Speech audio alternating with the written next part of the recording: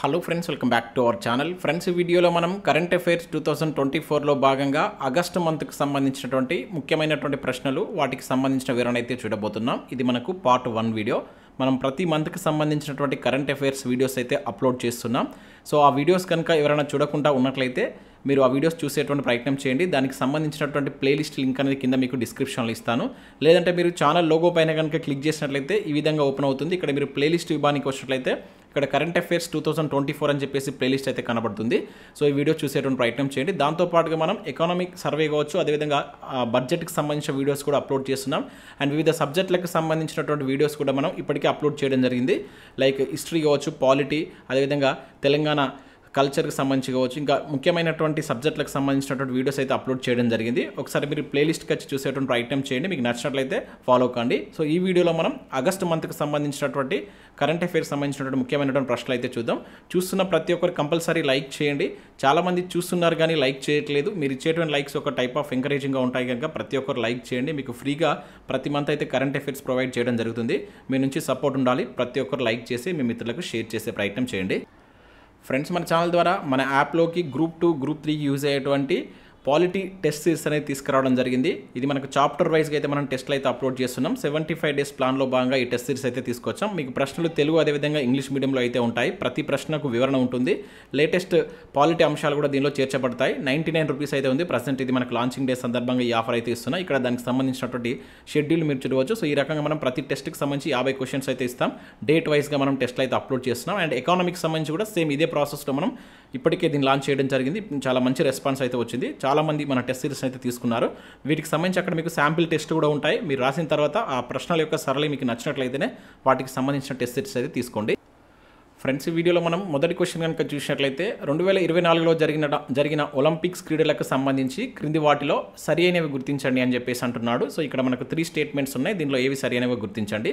ప్రతి క్వశ్చన్కి సంబంధించి మీరు వీడియోను పాజ్ చేసుకొని దానికి ఓన్గా ఆన్సర్ చేయండి. తర్వాత నా ఎక్స్ప్లెనేషన్ వినండి. ప్రతిదీ మీకు క్లియర్గా ఎక్స్ప్లెయిన్ చేయడం జరుగుతుంది. ఆగస్టు మంత్కి సంబంధించి చాలా ఇంపార్టెంట్ కరెంట్ అఫైర్స్ అయితే ఉన్నాయి. నేను ఈ వీడియోలో మీకు చాలా ఇంపార్టెంట్ అంశాలు తీసుకురావడం జరిగింది.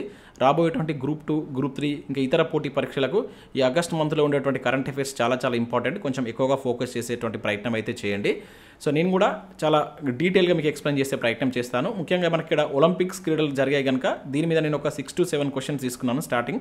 ఎందుకంటే కంపల్సరీ ఇక్కడ నుంచి మనకు బిట్ వస్తుంది. మీకు టోక్యో 2021లో జరిగినటువంటి టోక్యో ఒలింపిక్స్ సంబంధించి ఇటీవల జరిగినటువంటి చాలా ఎగ్జామ్స్లో మనకు 1 or 2 బిట్స్ రావడం జరిగింది. మళ్ళీ మనకు నెక్స్ట్ ఒలింపిక్స్ 2028 వరకు జరిగేటువంటి ఒలింపిక్స్ వరకు కూడా మనకి ఇది స్టార్టింగ్ పరంగా కావచ్చు అండ్ జీకే పరంగా కావచ్చు, కరెంట్ అఫైర్స్ పరంగా క్వశ్చన్స్ పడుతుంటాయి కనుక ఒక 6 క్వశ్చన్స్ తీసుకున్నాను. మీకు డీటెయిల్గా ఒలింపిక్స్ సంబంధించి ఈ 6 క్వశ్చన్లో ఎక్స్ప్లెయిన్ చేస్తాను. ఈ 6 క్వశ్చన్కి సంబంధించి కనుక మీకు పర్ఫెక్ట్గా అవేర్నెస్ ఉన్నట్లయితే ఏ క్వశ్చన్ వచ్చినా కూడా మీరు చేసే విధంగా నేను ఎక్స్ప్లెయిన్ చేస్తాను. సో ఇక్కడ మనం ఫస్ట్ పాయింట్ కనుక చూసినట్లయితే 33వ వేసవి ఒలింపిక్స్ క్రీడలను ఫ్రాన్స్ రాజధాని ప్యారిస్లో నిర్వహించారు అంటున్నాడు. ఈ క్రీడలకు ఫ్రాన్స్ ఆతిథ్యం ఇవ్వడం ఇది 3వసారి అంటున్నాడు. ఈ ఒలింపిక్స్లో నిర్వహించినటువంటి మొత్తం క్రీడాంశాలు కనుక చూసినట్లయితే 34 అని చెప్పేసి అంటున్నాడు. మనం సరి అనేవి గుర్తించాలి. 1 by 1 ఇక్కడ ఎలిమినేట్ చేద్దాం. ఫస్ట్ ఏమంటున్నాడు, 33వ వేసవి ఒలింపిక్స్ క్రీడలను ఫ్రాన్స్ రాజధాని ప్యారిస్లో నిర్వహించారు అంటున్నాడు. ఎస్, ఇది కరెక్ట్. ఇక్కడ మనం గుర్తుంచుకోవాల్సిన అంశం ఏంటంటే డైరెక్ట్గా అంటాడు ఇటీవల ప్యారిస్లో జరిగినటువంటి ఒలింపిక్స్ క్రీడలు ఎన్నోవి అని చెప్పేసి అడగవచ్చు డైరెక్ట్గా. అంటే ఎన్నోసారి కండక్ట్ చేశారు, ఇది 33వసారి అని చెప్పేసి మీరు గుర్తుంచుకోండి. ఇక్కడ మనకు ఎట్లా ఇస్తాడు, వీటిని సమ్మర్ ఒలింపిక్ గేమ్స్ అనవచ్చు, ప్యారిస్ ఒలింపిక్స్ అనవచ్చు, లేకుంటే వేసవి ఒలింపిక్స్ అని చెప్పేసి ఇట్లా 3 రకాలుగా పిలుస్తారు. ఏది పిలిచినా కూడా ఒకటి. లేదంటే డైరెక్ట్గా 2024 ప్యారిస్ ఒలింపిక్స్ అని చెప్పేసి కూడా క్వశ్చన్లో మెన్షన్ చేసినా కూడా మనకు సేమ్ మీనింగ్ వస్తుంది. గుర్తుంచుకోండి. ఎక్కడ జరిగింది, ఇది మనకు ప్యారిస్లో జరిగింది. ఓకేనా, ఇది ఎక్కడ ఫ్రాన్స్ రాజధాని అనేటువంటి ప్యారిస్లో జరిగింది. ఇవి కూడా మనకు డైరెక్ట్గా అడగవచ్చు. ఓకేనా, వీటిని గుర్తుంచుకోండి.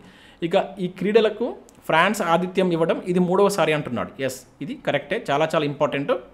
ఇది 3వసారి. అంటే గతంలో 1900 సంవత్సరంలో మనకు ఫ్రాన్స్ ఆతిథ్యం ఇచ్చింది, మళ్ళీ 1924 ఇచ్చింది, ఇప్పుడు మళ్ళీ 2024 అంటే కరెక్ట్గా 100 సంవత్సరాలకు మరొకసారి ఇక్కడ ఆతిథ్యం ఇవ్వడం జరిగిందనమాట. ఇది 3వసారి. గుర్తుంచుకోండి. 3వసారి ఆతిథ్యం ఇచ్చింది కనుక అడగడానికి ఎక్కువ ఛాన్స్ ఉంటుంది. చాలా ఇంపార్టెంట్. ఇవి ఎప్పటి నుంచి ఎప్పటి వరకు జరిగాయి? సో ఇవి వచ్చేసి మనకు 2024 జూలై 26న స్టార్ట్ అయినాయి. ఆగస్టు 11న ఇవి కంప్లీట్ కావడం జరిగింది. సో ఈ డేట్స్ కూడా ఒక్కొక్కసారి అడగవచ్చు. గుర్తుంచుకోండి.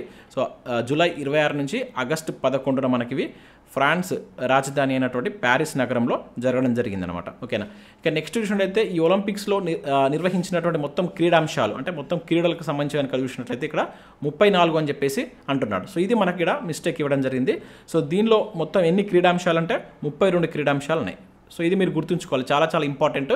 ఇక్కడ మీరు ఇది 33వ వేసవి ఒలింపిక్స్ క్రీడల్లో 32 క్రీడాంశాలను నిర్వహించారు అని చెప్పేసి గుర్తుంచుకోండి. ఇట్లా మనకు క్వశ్చన్ అడగడానికి ఛాన్స్ ఉంటుంది. అయితే దీనిలో మనకు ఒక కొత్త గేమ్ని కూడా ఇంట్రడ్యూస్ చేశారు. ఇది కూడా చాలా చాలా ఇంపార్టెంట్. సో ఇది వచ్చేసి మనకి ఏంటంటే బ్రేకింగ్ అనేటువంటి ఒక నూతన క్రీడాంశాన్ని కూడా పరిచయం చేశారు.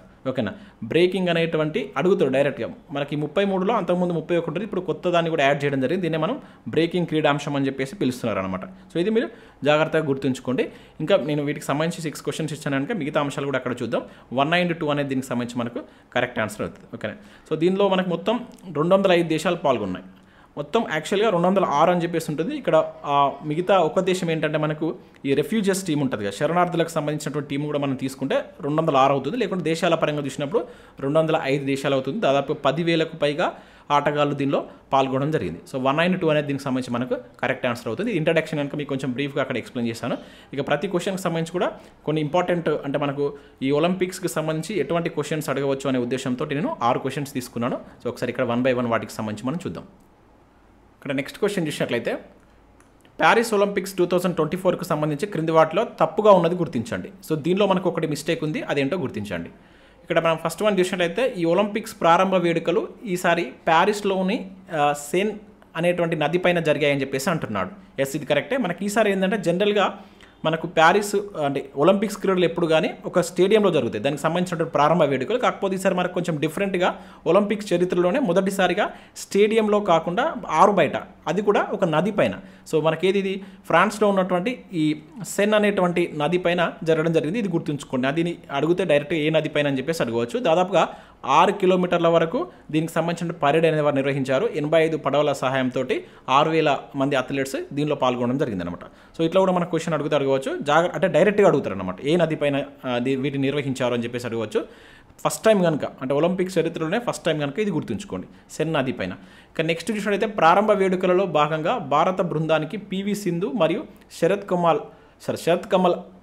అచంటా అని కూడా వాళ్ళు ఇక్కడ మనకు పర్లేదు, శరత్ కమల్ అచంటా భారత పథకదారులుగా వ్యవహరించారు అని చెప్పేసి అంటున్నాడు. ఎస్, ఇది కరెక్టే. ఇక్కడ మనం 2 పాయింట్స్ గుర్తుంచుకోవాలి.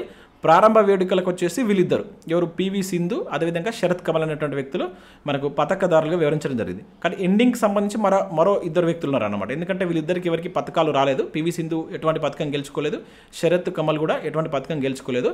అయితే మనకి ఎవరైతే పథకాలు గెలుచుకున్నటువంటి మను బాకర్ కావచ్చు, అదేవిధంగా హాకీ ప్లేయర్ అయినటువంటి శ్రీజేష్, వీళ్ళిద్దరు మనకు ఎండింగ్ అంటే ఏవైతే ఎండింగ్లో జరిగేటువంటి వేడుకలు ఉంటాయి కదా, వాటికి సంబంధించి పథకదారులు ఎవరు చేశారంటే వాళ్ళిద్దరు.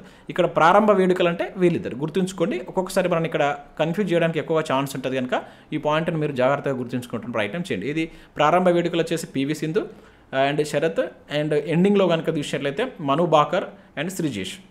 ఇక నెక్స్ట్ చూసినట్లయితే అమెరికాకు చెందినటువంటి మహిళా షూటర్ నీనో సలుకార్జ్ వరుసగా 10వ ఒలింపిక్స్లో పోటీ పడ్డ అథ్లెట్గా రికార్డు సృష్టించారు అని చెప్పేసి అంటున్నాడు. సో ఇక్కడ ఒక చిన్న మిస్టేక్ ఉంది. సో ఇదే ఆన్సర్ అవుతుంది మనకు.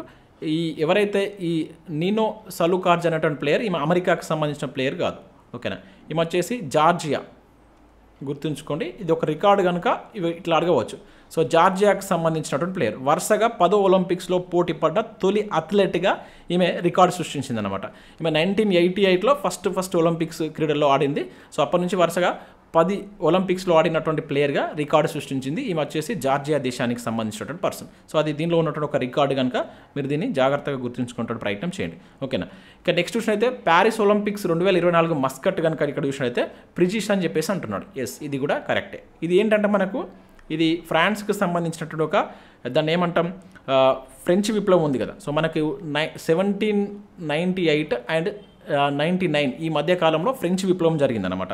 సో అక్కడ వీళ్ళు ఆ దేశపు స్వేచ్ఛకు సంకేతంగా దీన్ని యూజ్ చేస్తారంట. ఈ ఫ్రిడ్జ్ అనేటువంటి ఒక బొమ్మ లాంటిది అనమాట అది. సో దాన్ని యూజ్ చేస్తారు. సో దాన్ని ఈ ఫ్రిజియన్ టోపీ క్యాప్ ఉంటాం కదా, ఫ్రిజియన్ టోపీ ఆకారంలో దాన్ని రూపొందించారంట. సో అది ఈసారి మనకు మస్కట్గా యూజ్ చేయడం జరిగిందనమాట. అదే దీనికి సంబంధించిన మోటో వేరు, మస్కట్ వేరు. మోటో వచ్చేసి ఏంటంటే గేమ్స్ వైడ్ ఓపెన్ అనేటువంటిది మనకు గుర్తుంచుకోండి. గేమ్స్ వైడ్ ఓపెన్ అనేటువంటిది మోటో. దీనికి సంబంధించిన మస్కట్ వచ్చేసి మనకు ఫ్రిడ్జెస్. ఇది ఫ్రెంచ్ విప్లవానికి అక్కడ స్వేచ్ఛకు, ఇప్పుడు మనం కూడా స్వేచ్ఛ అనేటువంటి ఆ వర్డ్ను మనం ఎక్కడి నుంచి తీసుకున్నాం. జనరల్గా మన రాజ్యాంగంలో ముఖ్యంగా పీఠికలో ఈ వర్డ్ను మనం ఫ్రెంచ్ విప్లవం నుంచి తీసుకుంటాం అనమాట. ఓకేనా, సో అది ఇంపార్టెంట్. అంటే దానికి స్వేచ్ఛగా అంటే దానికి ఆ గుర్తుగా వీళ్ళు ఈసారి జరిగినటువంటి ఏదైతే ఒలింపిక్స్లో దీన్ని మస్కట్గా వాళ్ళు వాడడం జరిగిందనమాట. ఇది గుర్తుంచుకోండి. ఇక్కడ మనకి ఏమవుతుంది, ఆప్షన్ సి అనేది దీనికి సంబంధించి మనకు కరెక్ట్ ఆన్సర్ అవుతుంది. నెక్స్ట్ మరొక క్వశ్చన్ చూద్దాం. సో నెక్స్ట్ థర్డ్ క్వశ్చన్ కనుక చూసినట్లయితే అప్ టు 6 to 7 క్వశ్చన్స్ మీకు ఒలింపిక్స్కి సంబంధించి ఉంటాయి. ఇక్కడ మనం చూసినట్లయితే ప్యారిస్ ఒలింపిక్స్ 2024కి సంబంధించి వివిధ దేశాలు అవి పొందినటువంటి మొత్తం పథకాలకు సంబంధించి జతపరచమంటున్నాడు. సో దీన్ని ఎట్లా అడగవచ్చు అంటే ఒక్కొక్కసారి ఆ దేశాలు ఇచ్చేసి వాటిని వరుస క్రమంలో అమర్చవచ్చు, లేకుంటే సరి అయినటువంటి క్రమం అని చెప్పేసి ఇట్లా వివిధ రకాలుగా అడుగుతారు. సో ఇట్లా జతపరచమని చెప్పేసి కూడా అనవచ్చు. సో నేను అన్ని రకాల క్వశ్చన్స్ ఇవ్వాలని చెప్పేసి ఇట్లా మీకు జతపరచు కూడా ఇవ్వడం జరిగింది. సో చూస్తున్న ప్రతి ఒక్కరు కంపల్సరీ లైక్ చేయండి. నేను చాలా వర్క్ చేసి ఇన్ఫర్మేషన్ మేము ముందుకు తీసుకొస్తున్నాను. చూస్తున్నారు, వెళ్తున్నారు, లైక్ చేయకుండా కంపల్సరీ లైక్ చేయండి. మీకు ఇంకా నేను 6 monthsకి సంబంధించి కూడా ఇప్పుడు రాబోయేటువంటి గ్రూప్ 2 ఆర్ గ్రూప్ 3కి సంబంధించి నేను పాలిటిక్స్కి సంబంధించిన 6 months అంశాలు కావచ్చు, అదేవిధంగా ఎకానమీ అండ్ తెలంగాణకు సంబంధించి కావచ్చు, క్రీడాంశాలు, ఇట్లా ప్రతి దానికి సంబంధించి లాస్ట్ 6 monthsలో ఉన్నటువంటి కరెంట్ అఫేర్స్ సంబంధించి కూడా నేను వీడియోస్ చేస్తాను. ఆల్రెడీ మనం అప్ టు మే వరకు చేస్తాం. ఇప్పుడు జూన్ నుంచి ఉన్నటువంటి ముఖ్యమైన అంశాలు కూడా మేము ముందుకు నేను తీసుకురావడం జరుగుతుంది కనుక సో ప్రతి ఒక్కరు కంపల్సరీ లైక్ చేసి సపోర్ట్ చేస్తారని చెప్పేసి అనుకుంటున్నాను. ఇక్కడ మనం చూసినట్లయితే అమెరికా, చైనా, జపాన్, ఆస్ట్రేలియా అని చెప్పేసి ఇక్కడ మనకు 4 దేశాలు ఇచ్చారు. వాటితో పాటు ఇక్కడ అవి పొందినటువంటి ఏవైతే మొత్తం పథకాలను జతపరచమంటున్నాడు. సో ఇక్కడ మనం చూసినట్లయితే అత్యధిక పథకాలు పొందినటువంటి దేశం వచ్చేసి అమెరికా. ఎన్ని అంటే ఇక్కడ మనకు 126 గుర్తుంచుకోండి. అదేవిధంగా సెకండ్ ప్లేస్లో మనకు చైనా ఉంది 91 పథకాలతోటి. తర్వాత థర్డ్ ప్లేస్లో జపాన్ 45 అండ్ ఆస్ట్రేలియా వచ్చేసి మనకు 53 పథకాలతోటి 4th ప్లేస్లో ఉంది. ఇక మనకు ఏదైతే దేశం మనకు ఫ్రాన్స్ దీన్ని కండక్ట్ చేసింది కదా, ఫ్రాన్స్ 5th ప్లేస్లో ఉందన్నమాట. ఎన్ని పథకాలతో అంటే అది 64 పథకాలతో అది 5th ప్లేస్లో ఉంది. అంటే ఇక్కడ మీరు చూసినట్లయితే 53, 64 యాక్చువల్గా పథకాల సంఖ్య మొత్తం చూసినప్పుడు ఏది ఎక్కువ ఉంది, ఫ్రాన్సే ఎక్కువ ఉంది. కాకపోతే ఇక్కడ 5th ప్లేస్లో మనకు ఆస్ట్రేలియా ఎందుకు ఉంది, అదేవిధంగా జపాన్ కూడా 45 ఉన్నప్పటికీ ఇక్కడ మనకు థర్డ్ ప్లేస్లో ఎందుకు ఉందంటే మనకి ఏదైనా గోల్డ్ ఏవైతే ఎక్కువ వస్తాయో దాన్ని మనకు పథకాల పట్టికలో ముందు వరుసలో ఉంటాయన్నమాట. మీకు ఆల్రెడీ నేను ప్రీవియస్లో చాలాసార్లు చెప్పిన. సో ఇక్కడ మనకు అమెరికా అనేది ఫస్ట్ ప్లేస్లో ఉంది, గుర్తుంచుకోండి. ఇది ఫస్ట్ ప్లేస్లో ఉంది. దీనికి వచ్చినటువంటి స్వర్ణ, రజత, కాంస్య పథకాలు కనుక చూసినట్లయితే స్వర్ణం వచ్చేసి 40 వచ్చినాయి, దాని తర్వాత 44 వచ్చేసి రజతం వచ్చినాయి, అండ్ 42 వచ్చేసి మనకు ఏది కాంస్య పథకాలు వచ్చినాయి. సో 40, 42, 44 ఓకేనా, మనకు ఈవెన్ నెంబర్స్ అట్లా గుర్తుపెట్టుకోండి ఓకేనా. ఫస్ట్ దాన్ని అయితే మ్యాక్సిమం గుర్తుంచుకోండి. టోటల్గా చూసినట్లయితే మనకు 126 రావడం జరిగింది ఇక్కడ. ఇక నెక్స్ట్ చైనాకు వచ్చేసి 40, 27, 24 రావడం జరిగింది. అవి అవసరం లేదు, మనం భారత్కి సంబంధించి మనం గుర్తుంచుకోవాలి. నెక్స్ట్ క్వశ్చన్ దాని మీద ఇచ్చే కనుక సో అక్కడ డిస్కస్ చేద్దాం. సో ఇక్కడ మనకు రివర్స్లో ఇచ్చిన అనమాట. రివర్స్లో ఏది ఇక్కడ A4, B3, C2, D1 అనేది దీనికి సంబంధించి మనకు కరెక్ట్ ఆన్సర్ అవుతుంది. సో ఇవి మీరు ఇక్కడ జాగ్రత్తగా గుర్తుంచుకోండి. డైరెక్ట్గా ఒకవేళ వరుస క్రమం అడగవచ్చు, ఇట్లా జతపరచు అని చెప్పేసి కూడా క్వశ్చన్ అడగడానికి ఛాన్స్ ఉంటుంది. వాటిని మీరు జాగ్రత్తగా గుర్తుంచుకునే ప్రయత్నం చేయండి. సో ఇక్కడ నెక్స్ట్ క్వశ్చన్ చూసినట్లయితే ఇది మన భారత్కు సంబంధించి ప్యారిస్ ఒలింపిక్స్ 2024లో భారత్ సాధించిన క్రింది పథకాలకు సంబంధించి సరైనవి గుర్తించండి అని చెప్పేసి అంటున్నాడు. ఇక్కడ ఫస్ట్ చూసినట్లయితే భారత్ మొత్తం 6 పథకాలు సాధించి పథకాల పట్టికలో 73వ స్థానంలో నిలిచింది అంటున్నాడు. సో ఇక్కడ మనం జాగ్రత్తగా చూడకున్నట్లయితే ఆన్సర్ తప్పు పెట్టేటువంటి ఛాన్స్ ఉంటుంది. సో భారత్ గెలిచినటువంటి మొత్తం పథకాలు 6, కాకపోతే పథకాల పట్టికలో భారత్ యొక్క స్థానం 73 కాదు. సో ఇది ఇక్కడ మనం జాగ్రత్తగా గుర్తుంచుకోవాలి. భారత్ వచ్చేసి 71వ స్థానంలో నిలిచింది. పథకాల సంఖ్య కరెక్టే, కాకపోతే మొత్తంలో స్థానం చూసుకుంటే మాత్రం 71వ స్థానం అన్నమాట. ఇది మనకు తప్పు అవుతుంది ఓకేనా, గుర్తుంచుకోండి. ఇట్లా మనకు డైరెక్ట్గా అడగవచ్చు. ఒక్కొక్కసారి ఎట్లా అడుగుతారంటే పథకాల సంఖ్య ఇవ్వకుండా డైరెక్ట్ ఏ స్థానంలో నిలిచిందని చెప్పేసి కూడా ప్రీవియస్లో అడిగిన సందర్భాలు కనుక జాగ్రత్తగా దాన్ని గుర్తుంచుకోండి. అయితే మనం గతంలో చూసినప్పుడు భారత్ ఎన్ని గెలుచుకుందంటే టోక్యోలో 7 గెలుచుకుంది. అప్పుడు 48వ స్థానంలో ఉండేది. 7 పథకాలతోటి 40వ స్థానం ఉంది. ఇప్పుడు 6 పథకాలతో 71వ స్థానంలో ఉంది. అయితే గతంలో భారత్ ఎప్పుడైనా ఒలింపిక్స్లో 6 పథకాలు గెలిచిందంటే సేమ్ 2012లో కూడా 6 పథకాలు గెలుచుకుంది. ఇప్పటి వరకు భారత్ ఒలింపిక్స్లో గెలుచుకున్నటువంటి హైయెస్ట్ పథకాలు ఏంటంటే 7. అది మనకు లాస్ట్ టైం టోక్యో అనమాట. మొత్తం ఎన్ని పథకాలు గెలుచుకుంది మరి ఇప్పటి వరకు ఒలింపిక్స్లో అంటే భారత్ 41 పథకాలు గెలుచుకుంది. ఇది ఇంపార్టెంట్ గుర్తుంచుకోండి. టోటల్ అన్నమాట, ఇవన్నీ కలుపుకొని ఇప్పటి వరకు 41. సో హైయెస్ట్గా 7 పథకాలు టోక్యోలో, ఇప్పుడు 6. ఇదే 6 మళ్ళీ ఇప్పుడు మనకు 2012లో కూడా 6 పథకాలు గెలుచుకుంది రైట్. ఇక నెక్స్ట్ విషయం అయితే భారత్ దీంట్లో రజతం 1, కాంస్యం 5 గెలుచుకుంది అంటున్నాడు. ఎస్ ఇది కరెక్టే. మనకు ఎటువంటి బంగారు పథకాలు రాలేదు, 1 రజతం వచ్చింది ఓకేనా. మిగతా 5 కాంస్య పథకాలు వచ్చినాయి. అవి ఏంటనేది ఎవరు గెలుచుకున్నారు అనేది నెక్స్ట్ క్వశ్చన్లో చూద్దాం ఓకేనా. ఇది ఇక్కడ మీరు గుర్తుంచుకోవాల్సినటువంటి ఇంపార్టెంట్ అంశం. అవి ఎన్ని వచ్చాయని చెప్పేసి కూడా మనకు డైరెక్ట్గా అడగడానికి ఛాన్స్ ఉంటుంది. సో ఎన్ని క్రీడల్లో మరి భారత్ పాల్గొంది వీటి కోసం అంటే మొత్తం 16 క్రీడలు. మనం ఇప్పుడు 32 అనుకున్నాం కదా, ఈ 32లో సగం అని చెప్పేసి గుర్తుంచుకోండి. భారత్ పార్టిసిపేట్ చేసింది 16 మాత్రమే. ఓకేనా. ఈ 16కు సంబంధించి మొత్తం 117 మంది క్రీడాకారులు వెళ్ళడం జరిగిందనమాట. ఈ 117 మంది 16 క్రీడాంశాల్లో మన భారత్ నుంచి పాల్గొన్నారు. అది కూడా మీరు జాగ్రత్తగా గుర్తుంచుకోండి. అత్యధికంగా మనకు అథ్లెటిక్స్ విభాగం నుంచి 29 మంది వెళ్ళారు అనమాట మన భారత్ నుంచి. ఓకే. ఇక నెక్స్ట్ విషయం అయితే ఒలింపిక్స్లో భారత్కు షూటింగ్లో 3 పథకాలు వచ్చాయి. అయితే ఒకే ఒలింపిక్స్లో ఒకే క్రీడాంశం నుండి భారత్కు 3 పథకాలు రావడం ఇదే మొదటిసారి అని చెప్పేసి అంటున్నాడు. ఇది చాలా ఇంపార్టెంట్ అండి, గుర్తుంచుకోండి. అంటే మనకు వచ్చినటువంటి మొత్తం పథకాలు ఇక్కడ 6 చూసుకుంటే దానిలో 50% సగం పథకాలు మనకి దేని నుంచి వచ్చాయి, ఓన్లీ షూటింగ్లోనే వచ్చాయి. సో ఇట్లా ఒకటే ఒలింపిక్స్లో ఒకటే క్రీడాంశం నుంచి 3 పథకాలు భారత్కి రావడం ఇదే ఫస్ట్ టైం అనమాట. ఇది దీని యొక్క ఇంపార్టెన్స్, అది గుర్తుంచుకోండి. 2 and 3 అంటే ఏంటిది, ఆప్షన్ బి అనేది దీనికి సంబంధించి మనకు కరెక్ట్ ఆన్సర్ అవుతుంది అనమాట. ఓకేనా.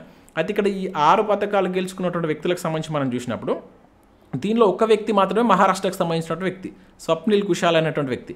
మిగతా 5గురు ఉన్నారు చూసారా, ఈ 5గురు హర్యానాకు సంబంధించినటువంటి వ్యక్తి. ఇది హైలైట్. ఓకేనా, ఇది గుర్తుంచుకోండి. ఈ 5గురు హర్యానాకు సంబంధించిన వ్యక్తి, ఒకే ఒక వ్యక్తి మహారాష్ట్రకు సంబంధించినటువంటి వ్యక్తి, అతను స్వప్నిల్ కుశాల్ అనేటువంటి పర్సన్. సో అతను ఒక్కడే మహారాష్ట్ర, మిగతా 5గురు వచ్చేసి ఒక హర్యానా స్టేట్, ఒక్క హర్యానా నుంచెలే ఇంతమంది అంటే ఉన్నటువంటి దానిలో 5గురు హర్యానా నుంచెలే ఈ పథకాలు గెలుచుకున్నటువంటి వ్యక్తుల కింద ఉన్నారు. అది దానికి సంబంధించి గుర్తుంచుకోండి. ఇటువంటి కొన్ని హైలైట్స్ పాయింట్స్ మనకు ఎగ్జామ్లో అడగడానికి ఛాన్స్ ఉంటుంది. దాంతోపాటు మనకి ఈసారి ఒలింపిక్స్లో భారత్ నుంచి 100 మీటర్ల హడిల్స్లో పోటీ పడ్డటువంటి తొలి భారత అథ్లెట్గా కూడా మనకు ఎవరు, ఈ జ్యోతి ఎర్రాజీ అనేటువంటి ప్లేయర్ ఘనత సృష్టించిందన్నమాట. అది కూడా గుర్తుంచుకోండి. 100 మీటర్ల హడిల్స్ విభాగంలో ఒలింపిక్స్కి అర్హత సాధించినటువంటి మొట్టమొదటి భారత అమ్మాయి కూడా ఆమె అన్నమాట. సో అట్లా కూడా మనకు క్వశ్చన్ అడగవచ్చు. నేను ఇక్కడ ఇవ్వలేదు, నేను మన పీడిఎఫ్కి సంబంధించి నేను క్లియర్ ఇంకా ఎక్స్ట్రా అంశాలు కూడా అక్కడ నేను యాడ్ చేస్తాను. మన పీడిఎఫ్ మనం ఎంతకి ఇస్తున్నాం, జస్ట్ 25 రూపీస్కే మీరు దీన్ని డౌన్లోడ్ చేసుకోవచ్చు. నేను లాస్ట్ మనకి ఏది జూలై అండ్ ఆగస్ట్కి సంబంధించి నేను ఒకటేసారి అప్డేట్ చేస్తాను. అంటే నేను నెక్స్ట్ మంత్లో స్టార్టింగ్లో మీకు 10 months కరెంట్ అఫైర్స్ పీడిఎఫ్స్ ఒకసారి రిలీజ్ చేద్దామనే ఉద్దేశంతో నేను ఆగుతున్నాను. దానిపైన మీకు కొంచెం ఆఫర్ ఇస్తాను. తక్కువ ప్రైస్కే 10 months కరెంట్ అఫైర్స్ పీడిఎఫ్ మీరు డౌన్లోడ్ చేసుకొని ప్రింట్ తీసే విధంగా నేను నెక్స్ట్ మంత్ ఫస్ట్ వీక్లో అన్ని కలిపి ఒకసారి ఒక బండిలా చేసి మీకు అందించడం జరుగుతుంది. దానిలో మీకు కంప్లీట్ అంశాలు ఉంటాయి. ఓకేనా. సో జాగ్రత్తగా వాటిని చదివేయడం ప్రయత్నం చేయండి. ఇక్కడ మనకి ఏమవుతుంది, ఆన్సర్ వచ్చేసి 2 and 3 అండి. ఓకే. చాలామంది అడుగుతున్నారు సార్ పీడిఎఫ్ అప్డేట్ చేయడం చెప్పేసి. ఇప్పుడు మనకి ఎటువంటి ఎగ్జామ్స్ లేవు కదా అని చెప్పేసి నేను కొంచెం లేట్గా అప్లోడ్ చేయడం జరుగుతుంది. ఇంకా కొత్త అంశాలు కూడా దానిలో యాడ్ చేసి నేను మీకు నెక్స్ట్ మంత్ ఫస్ట్ వీక్లో అప్ టు జనవరి నుంచి ఇప్పటి వరకు 10 months పీడిఎఫ్ అనేది మీకు అందించడం జరుగుతుంది చాలా తక్కువ ప్రైస్లో.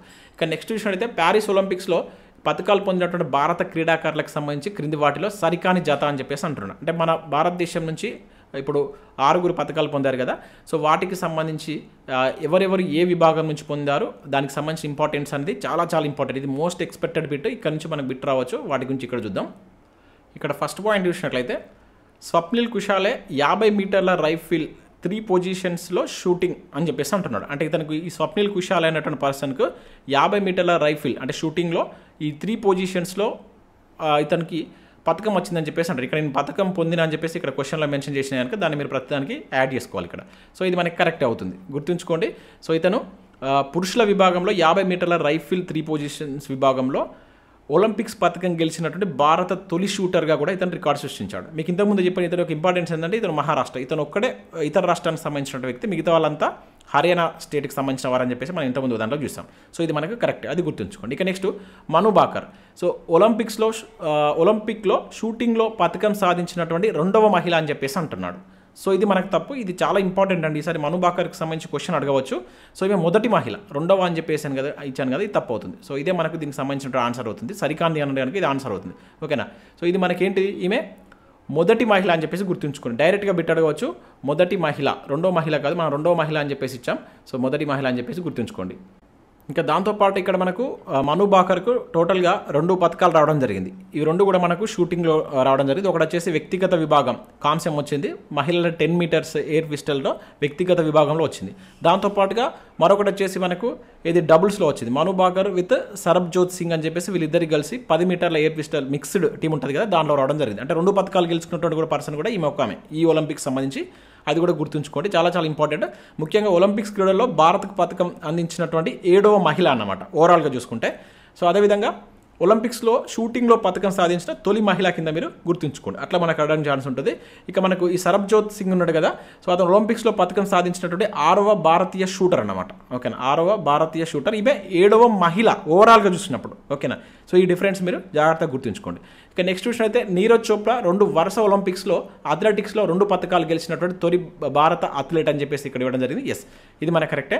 యాక్చువల్ ఏంటంటే 2 ఒలింపిక్స్ గెలుచుకున్న వాళ్ళు ఉన్నారు. పివి సింధు కూడా 2 గెలుచుకుంది. కాకపోతే వరుస ఒలింపిక్స్లో వ్యక్తిగత విభాగంలో వరుసగా ఇతను పథకాలు గెలుచుకోవడం ఫస్ట్ టైం అనమాట.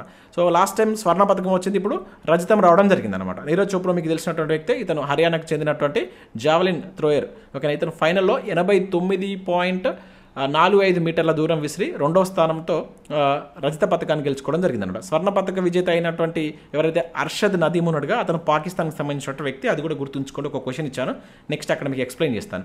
ఇక నెక్స్ట్ క్వశ్చన్ అయితే అమన్ సెహరావత్ ఒలింపిక్స్లో భారత్ తరపున పథకం సాధించినటువంటి అతి పిన్న వయస్సు కూడా అని చెప్పేసి ఇక్కడ ఇచ్చారు. ఎస్, ఇతను రెజ్లర్. గుర్తుంచుకోండి, ఇతను గేమ్ వచ్చేసి రెజ్లింగ్.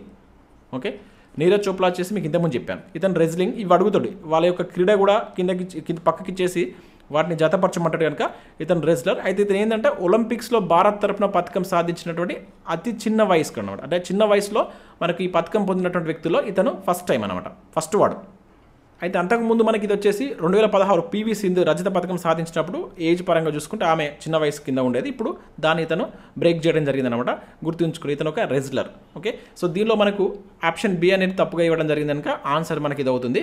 ఇవి మనకు వీటికి సంబంధించినటువంటి ముఖ్యమైనటువంటి పథకాలు పొందినటువంటి వ్యక్తుల యొక్క వాళ్ళ యొక్క డీటెయిల్స్, వాళ్ళ యొక్క ఇంపార్టెంట్ అంశాలు ఇక్కడ ఈ క్వశ్చన్ రూపంలో ఇచ్చాను. ఇంకా హాకీకి సంబంధించి కూడా ఉంది, అది నెక్స్ట్ క్వశ్చన్లో ఇచ్చాను, అక్కడ చూద్దాం. ఇక నెక్స్ట్ క్వశ్చన్ చూసినట్లయితే ఇక్కడ ప్యారిస్ ఒలింపిక్స్ 2024లో హాకీ క్రీడకు సంబంధించి క్రింది వాటిలో తప్పుగా ఉన్నది గుర్తించండి అని చెప్పేసి అంటున్నాడు. సో హాకీలో కూడా మనకు ఒక పథకం రావడం జరిగింది. సో ఇక్కడ మనం చూసినట్లయితే భారత పురుషుల హాకీ జట్టు ప్యారిస్ ఒలింపిక్స్లో కాంస్య పథకం గెలుచుకుందన్నాడు. ఎస్, ఇది కరెక్టే. గుర్తుంచుకోండి, కాంస్య పథకం ఏమొచ్చిందని ఒక్కటే రజతం వచ్చింది, అది వచ్చేసి మనకి ఇంతకుముందు నీరజ్ చోప్రాకు, మిగతా అన్ని కాంస్య పథకాలు. అట్లా మీరు డైరెక్ట్గా గుర్తుంచుకోండి. ఇక నెక్స్ట్ చూసినట్లయితే హర్మన్ ప్రీత్ సింగ్ 10 గోల్స్తో టోర్నీలో అత్యధిక గోల్స్ చేసినటువంటి ఆటగాడిగా నిలిచాడు. ఎస్, ఇది కరెక్టే. సో ఇతని సారథ్యం, ఇతనే మనకు హాకీ టీంకి సంబంధించిన కెప్టెన్గా చేయడం జరిగింది. సో ఇక్కడ మనకు 2-1 గోల్స్ తోటి మనకి దేన్ని స్పెయిన్ ఓడించి ఈ కాంస్య పథకాన్ని మన భారత్ గెలుచుకుంది. అది కూడా గుర్తుంచుకోండి. సో థర్డ్ పాయింట్ ఇక్కడ ఏమంటారు, 52 ఏళ్ల తర్వాత వరుస హాకీలో అంటే వరుసగా హాకీలో 2 వరుస ఒలింపిక్స్లో ఇక్కడ అందుబాటులో కాదు, ఒలింపిక్స్లో పథకాలు సాధించినటువంటి దేశంగా మనకు రికార్డు సృష్టించింది అన్నమాట ఇది. సో ఇక్కడ మనకు సెంటెన్స్ ఇది కరెక్ట్ ఇవ్వలేదు. యాక్చువల్లీ ఇక్కడ నేను కరెక్ట్ చెప్తున్నా, ఒకసారి వినండి. ఇది వచ్చేసి మనకి ఏంటంటే 52 ఏళ్ల తర్వాత భారత్ వరుసగా హాకీలో ఈ 2 ఒలింపిక్స్లో పథకాలు సాధించారు. అంటే వరుసగా మనకి ఏంటంటే 2021లో జరిగినటువంటి టోక్యోలో కావచ్చు, ఇప్పుడు 2024లో జరిగినటువంటి ప్యారిస్లో మనకు పథకాలు గెలుచుకుందాం. ఇట్లా వరుసగా పథకాలు గెలుచుకోవడం ఇది 52 ఏళ్ల తర్వాత జరిగిందన్నమాట. అంతకుముందు మనకు వరుసగా గెలుచుకుంది. ఇప్పటివరకు మనకు హాకీలో 13 పథకాలు రావడం జరిగింది. సో అప్పుడు మనకి ఏంటంటే 1972లో కూడా వరుసగా అప్పుడు మనకు చివరిసారిగా వరుసగా 2 పథకాలు వచ్చినాయంట. దాని తర్వాత మళ్ళీ 52 ఏళ్ల తర్వాత ఇప్పుడు రావడం జరిగింది. అది ఇక్కడ గుర్తుంచుకోండి. ఇక్కడ నేను అన్ని సరి అయినా ఇచ్చాను, ఇక్కడ సరికాదంటే ఏం లేదు. ఇక్కడ క్వశ్చన్లో మనకు తప్పుగా ఉందని చెప్పేసి ఇచ్చాను కదా, యాక్చువల్లీ ఇవన్నీ కరెక్టే. సో ప్యారిస్ ఒలింపిక్స్ తర్వాత హాకీ గోల్డ్ కాదు, ఇది గోల్ కీపర్. ఇది యాక్చువల్గా గోల్ కీపర్ శ్రీజేష్ రిటైర్మెంట్ ప్రకటించారని చెప్పేసి అంటే ఇక్కడ మన హాకీకి సంబంధించినటువంటి ఎవరైతే ఇండియా గోల్ కీపర్ ఉంటాడు కదా, సో అతను ఎవరైతే శ్రీజేష్ ఉన్నాడో అతను ఈ ఒలింపిక్స్ తర్వాత రిటైర్మెంట్ ప్రకటించడం జరిగిందనమాట. సో అతని యొక్క జెర్సీ నెంబర్ 16కు మనకు ఏదైతే హాకీ ఇండియా ఉంది కదా, రిటైర్మెంట్ కూడా ప్రకటించింది. అది ఇక్కడ మీరు గుర్తుంచుకోవాల్సినటువంటి ఇంపార్టెంట్ అంశాలు. సో ఇతను 3 సార్లు ఒలింపిక్స్కి సంబంధించినటువంటి క్రీడల్లో పాల్గొన్నాడు అనమాట. ఓకేనా, 3 సార్లు ఒలింపిక్స్కి ప్రాతినిధ్యం ఇచ్చినటువంటి హాకీ టీంలో మెంబర్గా ఉన్నటువంటి వ్యక్తి. ఇవి మనకు హాకీకి సంబంధించినటువంటి ఇంపార్టెంట్ పాయింట్స్ను ఇవన్నీ ఒక్క దగ్గర చేసి ఒక క్వశ్చన్ రూపంలో ఇచ్చారు. ఇవి గుర్తుంచుకోండి. ఇక్కడ తప్పుగా ఉందని చెప్పేసి ఇవ్వడం జరిగింది, కాకపోతే అన్నీ కరెక్ట్గా ఇచ్చాను. సో జాగ్రత్తగా వీటిని గుర్తుంచుకోండి. సో నెక్స్ట్ క్వశ్చన్ ఇక్కడ మనం చూసినట్లయితే ప్యారిస్ ఒలింపిక్స్కి సంబంధించి క్రింది వాటిలో సరికానిది. సో ఇక్కడ ఏంటంటే మనకు ప్యారిస్ ఒలింపిక్స్లో నెలకొల్పినటువంటి కొన్ని ప్రపంచ రికార్డులకు సంబంధించి ఒక క్వశ్చన్ ఇచ్చాను. ఇవి చాలా ఇంపార్టెంట్, వీటిని మీరు గుర్తించుకునే ప్రయత్నం చేయండి. దీనిలో ఒకటి తప్పుగా ఉంది, అదేంటో గుర్తించండి. ఇక్కడ మనం చూసినట్లయితే ఒలింపిక్స్ చరిత్రలో పాకిస్తాన్ తరపున వ్యక్తిగత విభాగంలో స్వర్ణం సాధించినటువంటి తొలి అథ్లెట్ నజీమ్ అని చెప్పేసి అంటున్నాడు. ఎస్, ఇది కరెక్టే. మీకు ఆల్రెడీ నేను బిఫోర్ క్వశ్చన్లో ఎక్స్ప్లెయిన్ చేశాను. మనకు ఎవరైతే నీరజ్ చోప్రా రజత పథకంతో గెలవడం జరిగింది, రజత పథకం మనకు గెలవడం జరిగింది, ఇది జావలిన్ త్రో విభాగంలో. సో ఇతను దానిలో స్వర్ణ పథకం గెలిచినటువంటి వ్యక్తి అనమాట. సో ఇట్లా మనకు వ్యక్తిగత విభాగంలో పాకిస్తాన్ నుండి స్వర్ణం సాధించినటువంటి మొట్టమొదటి ప్లేయర్ అనమాట. సో ఇది గుర్తుంచుకోండి. ఇక నెక్స్ట్ ఒలింపిక్స్లో వరుసగా 8 పథకాలు సాధించినటువంటి జట్టుకు జట్టుగా మనకు అమెరికా బాస్కెట్బాల్ జట్టు రికార్డు నెలకొల్పిందని చెప్పేసి అంటున్నాడు. ఎస్, అంటే మనకు బాస్కెట్బాల్కి సంబంధించి మనం ఒలింపిక్స్లో చూసినప్పుడు 8వ స్వర్ణాన్ని రీసెంట్గా మనకు అమెరికా గెలుచుకుందనమాట. అంటే ఇట్లా వరుసగా 8 స్వర్ణాలు సాధించినటువంటి జట్టుగా మనకు అమెరికాకు సంబంధించినటువంటి బాస్కెట్బాల్ టీం రికార్డు సృష్టించిందనమాట. సో ఇది కూడా మనం గుర్తుంచుకోవాలి. డైరెక్ట్గా అడుగుతారు ఏ దేశం అని చెప్పేసి అడగవచ్చు, అమెరికా అని చెప్పేసి గుర్తుంచుకోండి. ఇక నెక్స్ట్ ప్యారిస్ ఒలింపిక్స్లో 4 స్వర్ణాలు గెలుపొందినటువంటి ఏకైక అథ్లెట్గా ఫ్రాన్స్కి చెందినటువంటి యువ స్విమ్మర్ లియోస్ మార్చాండ్ నిలిచినట్లు ఇక్కడ మనకు ఒక పాయింట్ అయితే ఇక్కడ మనం చూడవచ్చు. సో ఇది కూడా మనకు కరెక్టే. గుర్తుంచుకోవాల్సింది ఏంటంటే ఏ దేశానికి సంబంధించినటువంటి వ్యక్తి ఎన్ని స్వర్ణాలు గెలుచుకున్నారు, ఏ క్రీడకు సంబంధించి స్విమ్మింగ్కి సంబంధించినటువంటి వ్యక్తి లియోన్ మార్చాండ్ అనేటువంటి పర్సన్. సో ఈ 4 స్వర్ణాలు గెలుపొందినటువంటి ఏకైక అథ్లెట్గా రికార్డు సృష్టించడం జరిగింది. ఇంక ఇవే కాకుండా మనకు చాలా ఉన్నాయి. దీనిలో నేను కొన్ని ఇంపార్టెంట్ తీసుకొని మీకు ఇక్కడ క్వశ్చన్ రూపంలో ఇవ్వడం జరిగింది. ఇక నెక్స్ట్ భారత్కి చెందినటువంటి రెజ్లర్ వినేష్ ఫోగాట్ 52 కేజీల విభాగంలో ఫైనల్లో అనర్హతకు గురయ్యారంటున్నారు. ఎస్, ఇక్కడ మనకు ఇది కరెక్టే, కాకపోతే దీనిలో చిన్న మిస్టేక్ ఉంది. ఇదే ఆన్సర్ మనకు. ఇది 52 కాదు 50. ఇది మనకు చాలా హైలైట్ అయినటువంటి న్యూస్. మనకు ఒలింపిక్స్ జరిగేటప్పుడు చాలా హైలైట్ అయినటువంటి న్యూస్ ఇది మనకు తీసినటువంటి. ఇక్కడ మనకు అక్కడ ఎందుకు అనర్హతకు గురైంది, హై వెయిట్ ఉండడం, వెయిట్ ఎక్కువ ఉండడం వల్ల మనకు అనర్హతకు గురైంది కనుక ఇది మీరు గుర్తుంచుకోండి. ఎన్ని కేజీల విభాగంలో ఈమె మనకు రెజ్లింగ్ విభాగంలో పార్టిసిపేట్ చేసిందని చెప్పేసి అడగడానికి ఎక్కువ ఛాన్స్ ఉంటుంది. 50 కేజీల విభాగం. అందుకని ఇక్కడ మీకు ఇది క్వశ్చన్ రూపంలో ఇచ్చి ఇక్కడ మిస్టేక్ చేశాను. ఇది గుర్తుండాలనే ఉద్దేశంతో 50 కేజీల విభాగంలో, కాకపోతే ఓవర్ వెయిట్ కారణంగా ఈమె ఫైనల్లో పార్టిసిపేట్ కాకుండానే సో ఒలింపిక్స్ ఈమెకు నిషేధం విధించిందనమాట. సో అంటే ఓవర్ వెయిట్ ఉంటే దానికి సంబంధించి 50 కేజీల కంటే ఎంత ఎక్కువ ఉన్నా కూడా ఆ గేమ్కు వాళ్ళు తీసుకోరన్నమాట. సో అట్లా మనకు భారతదేశం నుంచి వినేష్ ఫోగాట్ హర్యానాకి సంబంధించిన రెజ్లర్, సో ఈమె అనర్హతకు గురి కావడం జరిగింది. ఇది చాలా హైలైట్ అయింది, ఎక్కువ వార్తల్లో నిలిచిన అంశం. జాగ్రత్తగా దీన్ని గుర్తుంచుకొని డైరెక్ట్గా కూడా అడగవచ్చు. సో ముఖ్యంగా ఏంటంటే 50 కేజీల కంటే జస్ట్ ఒక 100 గ్రామ్స్ ఎక్కువ ఉందని చెప్పేసి ఇక్కడ అనర్హత గురి కావడం జరిగిందనమాట. సో వినేష్ ఫోగాట్కు గతంలో ఏమైనా ఒలింపిక్స్ మెడల్స్ వచ్చాయా లేదని మీరు కింద కామెంట్ చేసేయడం ప్రయత్నించండి. మీరు కూడా ఆల్రెడీ చదివి ఉంటారు. సో గతంలో ఏమైనా ఒలింపిక్స్ మెడల్స్ ఆమెకు వచ్చాయా లేదా అనేది కామెంట్ చేయండి. అండ్ ఒలింపిక్స్లో ఇప్పటివరకు 2 పథకాలు గెలుచుకున్నటువంటి ప్లేయర్స్ ఎవరు అనేది కూడా కామెంట్ చేయండి. మనం గతంలో చాలాసార్లు వాటికి సంబంధించి అయితే డిస్కస్ చేసినాం. సో ఇవి ఇక్కడ వరకు మనం ఒలింపిక్స్కి సంబంధించినటువంటి క్వశ్చన్స్ అయితే చూసాం. నెక్స్ట్ ఇక మిగతా అంశాలపైన క్వశ్చన్ చూద్దాం. సో ఇక్కడ నేను ఒలింపిక్స్ సంబంధించి అన్ని క్వశ్చన్స్ ఎందుకు తీసుకున్నానంటే కంపల్సరీ బిట్ వస్తుంది. మీ కరెంట్ అఫైర్స్లో మనం ఒక క్వశ్చన్ గెస్ చేయడం చాలా కష్టం. సో అక్కడ నుంచి మనకు బిట్ వస్తుంది కనుక అటువంటి టాపిక్స్ పైన మనం ఎక్కువ ఫోకస్ చేయాలి. కంపల్సరీ మనకు బిట్ వచ్చేటువంటి ఛాన్స్ ఉంది కనుక మీరు వాటికి సంబంధించిన అంశాలు కొంచెం జాగ్రత్తగా నేర్చుకోండి. నేను కూడా అందుకే అంత ఇంపార్టెన్స్ వాటికి ఇవ్వడం జరిగింది. ఇక్కడ నెక్స్ట్ క్వశ్చన్ చూసినట్లయితే 78వ స్వాతంత్ర దినోత్సవ వేడుకలకు సంబంధించి క్రింది వాటిలో సరి అయినవని చెప్పేసి అంటున్నాడు. ఇక్కడ ఫస్ట్ పాయింట్ చూసినట్లయితే వరుసగా 11వసారి ప్రధాని మోడీ ఎర్రకోటపై జాతీయ జెండాను ఎగరవేశారు అని చెప్పేసి అంటున్నాడు. ఎస్, ఇది కరెక్టే, గుర్తుంచుకోండి. డైరెక్ట్ అడగవచ్చు. సో వరుసగా ఎన్నోసారి ఎర్రకోటపై జాతీయ జెండాను ఎగరవేసిన ప్రధాని నరేంద్ర మోడీ ఇటీవల రికార్డు సృష్టించాడు అని చెప్పేసి అడగవచ్చు. సో 11వసారి అని చెప్పేసి గుర్తుంచుకోండి. సో మనకు దేశవ్యాప్తంగా 78వ స్వాతంత్ర దినోత్సవ వేడుకలు ఆగస్టు 15న ఘనంగా జరగడం జరిగిందనమాట. సో దానిలో భాగంగా మనకు 11వసారి, ఓకేనా, ఎక్కడ అది ఎర్రకోట పైన. సో చాలా ఇంపార్టెంట్, ఇటువంటి మనకు ఎక్కువ ఆడడానికి ఛాన్స్ ఉంటుంది. ఈ సంఖ్యను గుర్తుంచుకోండి, ఓకేనా. ఇక్కడ నెక్స్ట్ చూసినట్లయితే ఎక్కువసార్లు ఎర్రకోటపై పతాక ఆవిష్కరణ చేసినటువంటి 2వ ప్రధానిగా రికార్డు సృష్టించారు అంటున్నాడు. సో ఇక్కడ చిన్న మిస్టేక్ ఉంది, ఇది తప్పు. ఇది 2వ ప్రధాని కాదు, 3వ ప్రధాని, ఓకేనా. సో అంతకుముందు మనకు తొలి ప్రధాని నెహ్రూ 17 సార్లు చేయడం జరిగింది. దాని తర్వాత మళ్ళీ మనకేంటంటే 2వ ప్రధానిగా ఇందిరాగాంధీ 16 సార్లు. సో ఇప్పుడు మనకు మోడీ గారు 11 సార్లు. సో ఇది 3వ ప్రధానికి అంటే అత్యధిక సార్లు, అంటే 10 అబోవ్ అనుకోవచ్చు. సో ఇక్కడ అత్యధిక సార్లు ఈ ఎర్రకోట పైన ఈ పతాక ఆవిష్కరణ చేసినటువంటి 3వ ప్రధానిగా మనకు మోడీ గారు రికార్డు సృష్టించడం జరిగిందనమాట, ఓకేనా. ఇక్కడ మనం గుర్తుంచుకోవాలి, వరుసగా 11వసారి అండ్ ఎర్రకోటపై అత్యధిక పతాక ఆవిష్కరణ చేసినటువంటి 3వ ప్రధానిగా రికార్డు సృష్టించడం జరిగిందనమాట, ఓకేనా. ఇక దాంతోపాటు ఇక్కడ ఏంటంటే ఇక్కడ హైయెస్ట్ స్పీచ్ కూడా ఇచ్చారనమాట. సో 98 నిమిషాల స్పీచ్ ఎర్రకోటలో ఇప్పటివరకు ఎక్కువ కాలం పాటు ప్రసంగించినటువంటి ప్రధానిలో మోడీ ఫస్ట్ ప్లేస్లో ఉన్నాడు. సో అది ఇక్కడ మీరు గుర్తుంచుకోండి. ఇక నెక్స్ట్ చూసినట్లయితే 78వ స్వతంత్ర దినోత్సవ థీమ్ వచ్చేసి వికసిత్ భారత్ అంటున్నాడు. ఎస్, ఇది కరెక్టే. ఇక్కడ 2 ఉన్నాయి, Viksit Bharat are development India అని చెప్పేసి మనకు దీనికి సంబంధించి థీమ్ అయితే ఇవ్వడం జరిగింది. ఇక్కడ వికసిత్ భారత్ అంటే ఏంటి మీకు ప్రీవియస్లో చాలాసార్లు చెప్పాను. 2047 కల్లా భారత్ ఉండాలనే ఉద్దేశంతో ఈ వికసిత్ భారత్ అనే నినాదాన్ని మనకు 2022లో ఇవ్వడం జరిగిందనమాట. అంటే ఇప్పుడు రాబోయేటువంటి ఏదైతే 100 సంవత్సరాలు 2047 నాటికి మనకు స్వాతంత్రం వచ్చి 100 సంవత్సరాలు అవుతుంది కనుక ఈ 25 ఇయర్స్ కాలాన్ని వికసిత్ భారత్గా పిలుస్తున్నారు అనమాట. సో దాన్ని మనం వికసిత్ భారత్ అనేటువంటి నినాదంతో ఇప్పుడు 78వ స్వాతంత్ర దినోత్సవ థీమ్గా అయితే చూసాం ఓకేనా. దాంతోపాటుగా ఏది డెవలప్మెంట్ ఇండియా అని చెప్పేసి అది కూడా ఉందన్నమాట. సో రెండిట్లో ఏది ఇచ్చినా మనకు అది కరెక్ట్ అవుతుంది ఒకవేళ క్వశ్చన్ ఇస్తే. 193 అంటే ఇక్కడ ఆప్షన్ ఏ అనేది దీనికి సంబంధించి మనకు కరెక్ట్ ఆన్సర్ అవుతుంది. సో ఇక్కడ ఇంకా కొన్ని ఇంపార్టెంట్ అంశాలు కూడా ఉన్నాయి. ఇక్కడ మనకి మోడీ గారు ఏదైతే ఈ 98 నిమిషాల ప్రసంగంలో భాగంగా కొన్ని అంశాలను కూడా మనకు చెప్పడం జరిగింది. దానిలో ముఖ్యంగా ఏంటంటే ఒకే దేశం ఒకే ఎన్నిక. సో మనకు అది నెక్స్ట్ మంత్ కరెంట్ అఫైర్స్లో వస్తాయి, చాలా ఇంపార్టెంట్. ఇంకా అవే కాకుండా ఇక్కడికి దాదాపుగా 400 మంది పంచాయతీ సంస్థల నుంచి మహిళా ప్రతినిధులను ఆహ్వానించడం జరిగిందనమాట. సో వాళ్ళందరినీ ముందు వరుసలో కూర్చొని పెట్టారు. సో దాంట్లో ముఖ్యంగా మనకి ఏంటంటే ఈ లఖ్పత్ దీదీ స్కీమ్ ఉంది కదా, ఆ స్కీమ్ గురించి మాట్లాడారు. దాంతోపాటుగా 30 మంది ఈ డ్రోన్ దీదీలు ఉంటారు కదా, ఆ డ్రోన్స్ నడిపేటువంటి ఉంటారు కదా, లఖ్పత్ దీదీ స్కీమ్ అనేది చాలా చాలా ఇంపార్టెంట్ అంటే మీకు ఆల్రెడీ ప్రీవియస్లో చెప్పాను. అంటే ఇక్కడ మనకు ప్రసంగంలో వేటి గురించి మోడీ గారు మాట్లాడారు అనేది ఇంపార్టెంట్, వాటిపైన క్వశ్చన్స్ అడగవచ్చు అనమాట. అందుకని వాటిని కూడా ఒకసారి మీరు గతంలో మనం వాటి గురించి డిస్కస్ చేస్తాం కరెంట్ అఫైర్స్లో భాగంగా, వాటిని కూడా చూడండి. ఇంకా మనకు 2036 నాటికి మన భారత్ ఒలింపిక్స్కు ఆతిథ్యం ఇవ్వాలని చెప్పేసి వాటి యొక్క హక్కుల కోసం కూడా ట్రై చేస్తుందని చెప్పేసి మోడీ గారు తన ప్రసంగంలో ప్రస్తావించడం జరిగింది. సో ఈ అంశాలపైన మీరు కొంచెం ఫోకస్ చేయండి. అంటే మన కరెంట్ అఫైర్స్ పరంగా వాటిపైన అడిగితే అడగవచ్చు, ఎందుకంటే ఆ ప్రసంగంలో వాటి మీద మనకు మోడీ గారు మాట్లాడారు కనుక మేబీ అడిగితే అడగవచ్చు. సో నెక్స్ట్ క్వశ్చన్ చూసినట్టయితే ఇటీవల రాష్ట్రపతి ద్రౌపది ముర్ముకు ఈ క్రింది ఏ దేశం grand caller of the order అనేటువంటి అత్యున్నత పౌర పురస్కారం అందజేసిందని చెప్పేసి అంటున్నాడు. ఫిజియా, న్యూజిలాండా, తిమోర్ లెస్టా లేకుంటే గనానా. సో ఇక్కడ మనకు ఈ గనా అండ్ న్యూజిలాండ్ని ఈజీగా మీరు డిరైడ్ చేస్తారు.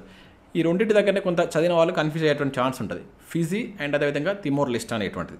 సో ఇక్కడ మనం చూసినట్లయితే సో రీసెంట్గా మనకు భారత రాష్ట్రపతి ద్రౌపది ముర్ము గారు ఆగస్టు 5 నుంచి ఆగస్టు 10వ తేదీ మధ్య 3 దేశాలకు సంబంధించి పర్యటన చేయడం జరిగిందనమాట. ఆ 3 దేశాలు ఏంటంటే మనకు ఒకటి ఫిజీ, న్యూజిలాండ్, ఈ తిమోర్ లెస్టా అనేటువంటి దేశాలకు సంబంధించి సందర్శించడం జరిగిందనమాట.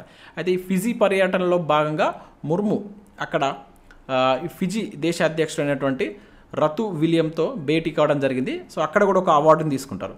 ఇది అంతకుముందు ప్రకటించినటువంటి అవార్డు, అదేంటంటే మనకు companion of the order of the Fiji అని చెప్పేసి మనం గతంలో కరెంట్ అఫైర్ చూసాం, అది ప్రకటించారు అప్పుడు. సో ఇప్పుడు అక్కడికి సందర్శించారు కనుక ఏదైతే ప్రకటించినటువంటి అవార్డును స్వీకరించడం జరిగిందనమాట. అది ఆగస్టు 5-7 తేదీలో జరిగినటువంటిది అనమాట.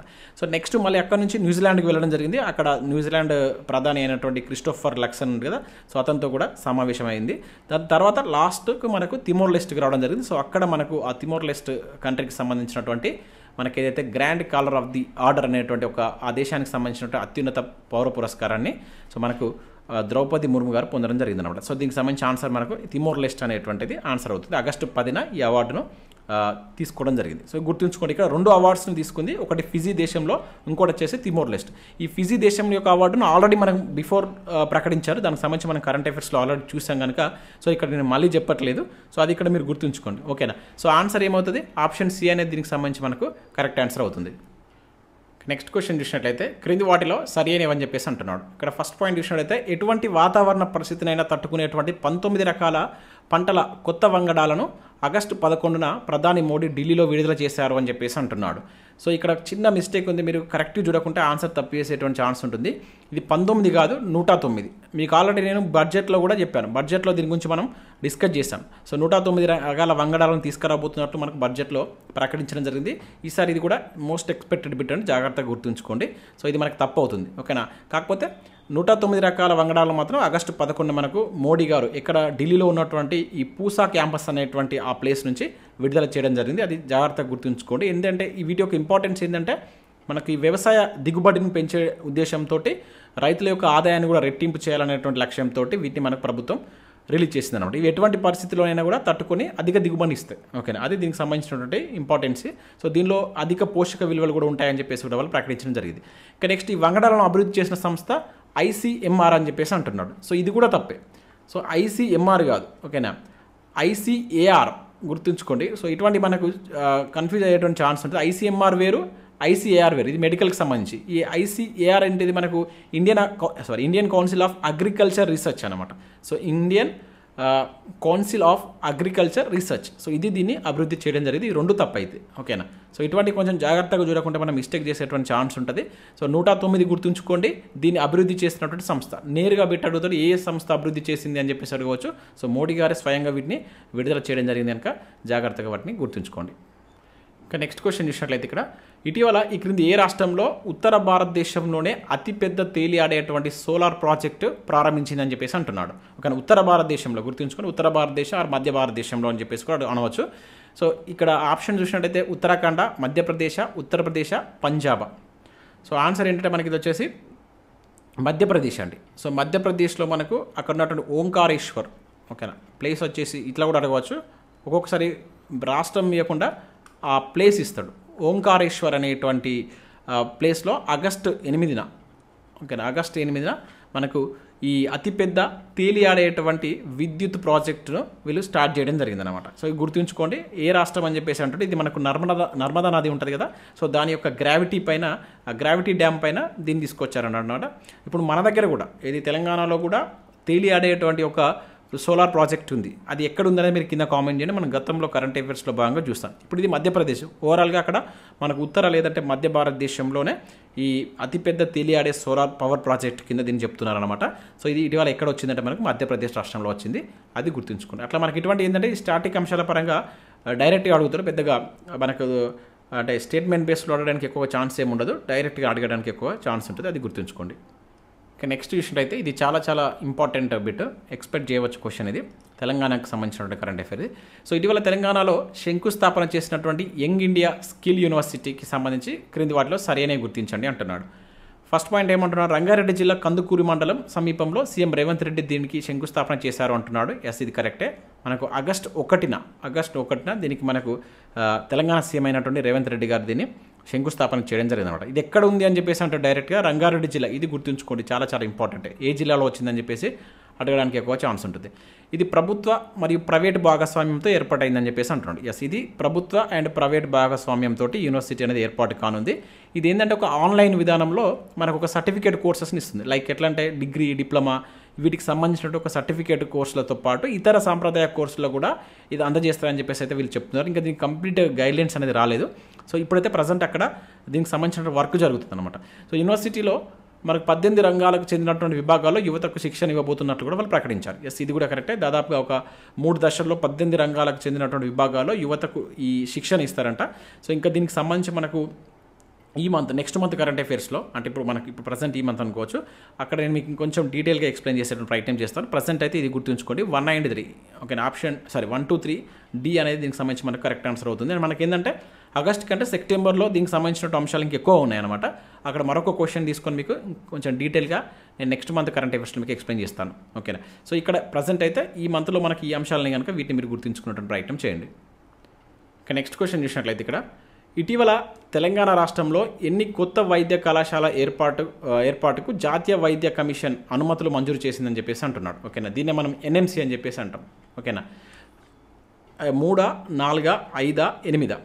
ఇక్కడ మనం చూసినట్లయితే 2024-25 సంవత్సరానికి సంబంధించి తెలంగాణ రాష్ట్ర ప్రభుత్వం ఏం చేసిందంటే రాష్ట్రంలో 8 ప్రభుత్వ వైద్య కళాశాలలు మరియు 3 ప్రైవేట్ కళాశాలలు ఉంటాయి కదా, వాటి యొక్క అనుమతి ఇవ్వాలని చెప్పేసి కోరిందనమాట. దీన్ని ఎన్ఎంసీని కోరింది.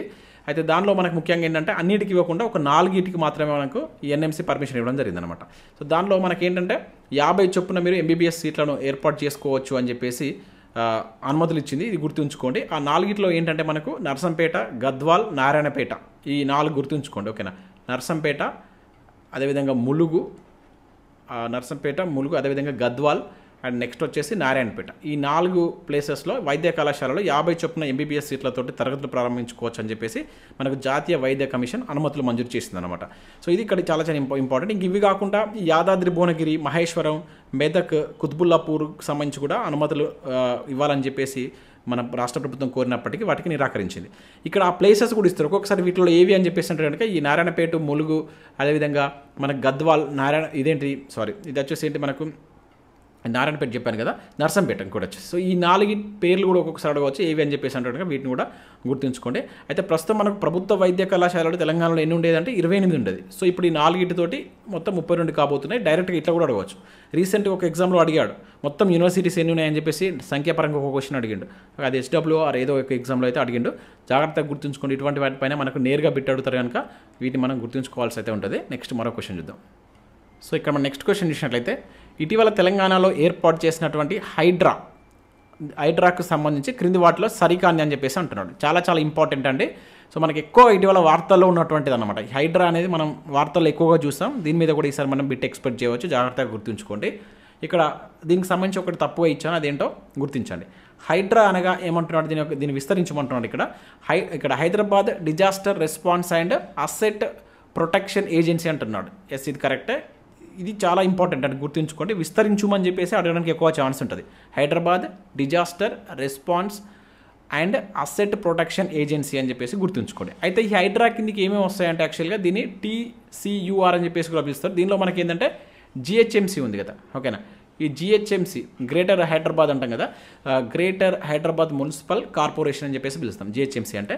దీంతో పాటుగా ఈ పరిధితో పాటుగా మనకు హైదరాబాద్, రంగారెడ్డి, ఇంకా మేడ్చల్, మల్కాజిగిరి కావచ్చు, సంగారెడ్డి జిల్లాలలో ఔటర్ రింగ్ రోడ్ ఉంది కదా మనకు, ORR. సో ఆ పరిధిలో ఉండేటువంటి వరకు దీని యొక్క ప్రాంతం వస్తుంది అనమాట. అక్కడ వరకు ఈ హైడ్రాకి సంబంధించి దాని యొక్క కార్యకలాపాలు చేస్తుంది అనమాట, ఓకే. అది ఇక్కడ మీరు గుర్తుంచుకోండి, ఇది ఒక స్వతంత్ర సంస్థ, ఓకే.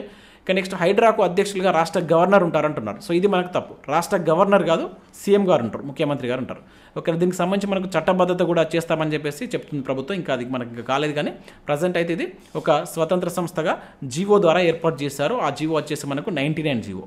ఇది గుర్తుంచుకోండి, ఇది డైరెక్ట్ అడగవచ్చు, ఓకే. మనకు ఆన్సర్ వచ్చేసి 2 అవుతుంది.